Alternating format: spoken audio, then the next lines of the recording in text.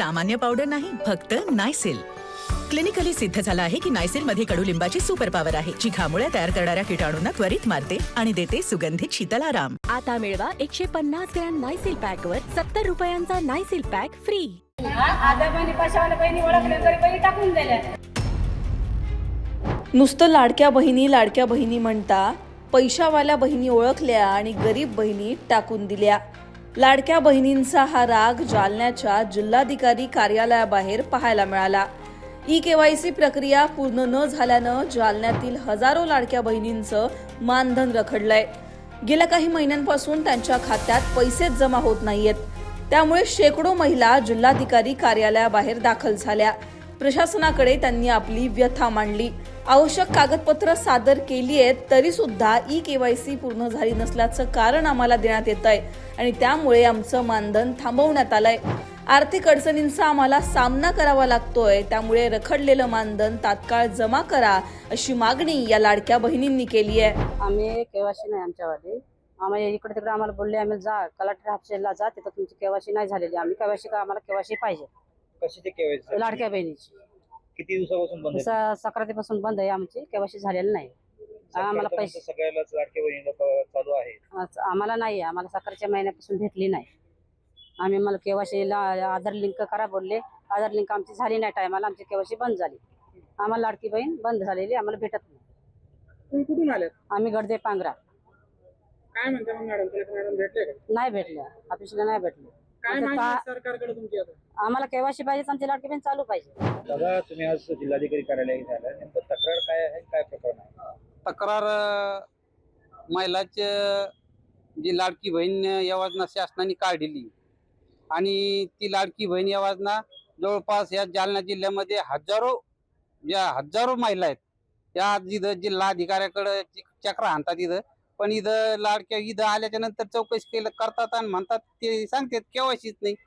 तर मग आता हे महाराष्ट्राचे मुख्यमंत्री असेल, एकनाथरावजी शिंदे असेल आणि सुमित्राताई पवार असते, आणि यांना सुद्धा विनंती करतो की त्यांनी लवकरात लवकर केवायसीचे आदेश देऊन केवायसी करून त्या महिलाचा प्रश्न सोडवावा. तुम्ही आता इतके दुरून आले, काय म्हटले मग मॅडमला भेटले? मॅडम भेटलेच नाही आम्हाला.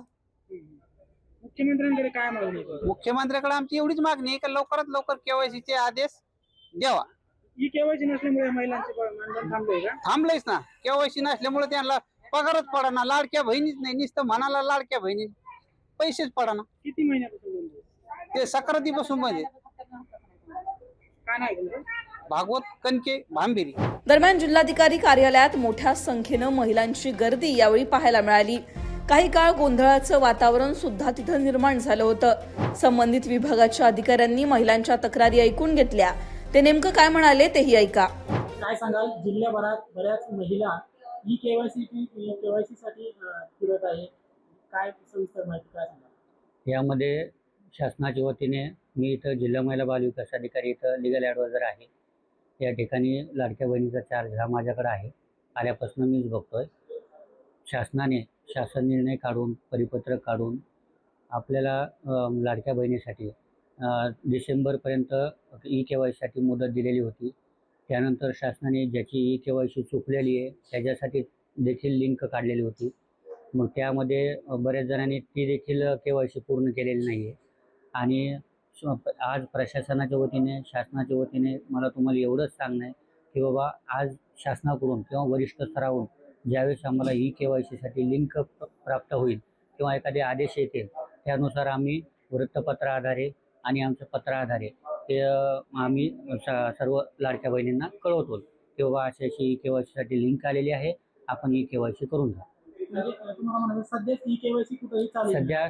सध्या ई-केवायसीसाठी लिंक आलेली नाही आहे. मला आपल्या जालना जिल्ह्यातील सर्व जनतेला सांगू इच्छितो. कारण काय होतं आहे की बरेच जण जर तुम्ही ई-केवायसीसाठी जर आमिषाला बळी पडत असताना कोणाच्या, की बाबा इथं पैसे घेतात किंवा तुम्ही एवढे पैसे द्या, आम्ही केवायसी करून देतो, तर असं काही कोणी करू नका. कारण ई-केवायसीसाठी जर लिंकच नसेल तर ई-केवायसी तुमची लाडक्या बहिणीची होणारच नाही. आणि जर कोणी तुम्हाला पैसे मागत असेल की बाबा तुम्ही एवढे पैसे द्या, आम्ही तुमची ई-केवायसी करून देतो, तरी देखील प्रशासनाला या ऑफिसला आपण कळवावं. त्यावर आपण तात्काळ ॲक्शन घेऊ. मी ॲडव्होकेट उमेश कुटे, विधी सल्लागार, जिल्हा महिला बाल विकास अधिकारी कार्यालय, जालना. फक्त जालनाच नाही तर राज्यातील अनेक जिल्ह्यांमधून सध्या लाडक्या बहिणींचा सरकार विरोधात राग पाहायला मिळतोय. काहींना KYC करता आली नाही, त्यात अडचणी आल्या म्हणून पैसे मिळत नाहीयेत, तर काही बहिणींच्या खात्यात KYC करूनही पैसे येत नाहीयेत. त्यामुळे लाडक्या बहिणींच्या या तक्रारींचं सरकार पुढे कशा प्रकारे निरसन करतं हे पाहणं महत्त्वाचं असणार आहे. तुम्हाला याबद्दल काय वाटतं कमेंटमध्ये सांगा. लोकमतला सबस्क्राईब केलं नसेल तर सबस्क्राईब करायला विसरू नका.